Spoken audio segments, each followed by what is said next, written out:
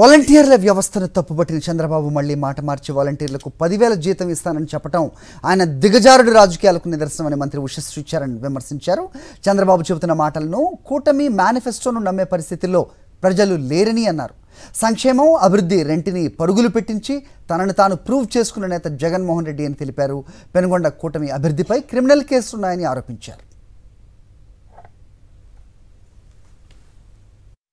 నిజంగానే చంద్రబాబు నాయుడు గారు ఎప్పుడు కూడా స్వార్థపూరితమైన రాజకీయాలకి మరో పేరు. ఆయన వాలంటరీ వ్యవస్థని ఒకానొకప్పుడు ఆయన అన్నాడు సంచులు మోసే పని అన్నాడు. పవన్ కళ్యాణ్ ఉగ్రవాదులు తీవ్రవాదులు అన్నారు. ఇంట్లో మగోళ్ళు లేకున్న టైంలో, ఆడోళ్ళు లేకున్న టైంలో, మగోళ్ళు లేకున్న టైంలో వీరు వెళ్తారని కూడా అబండాలు మోపినారు.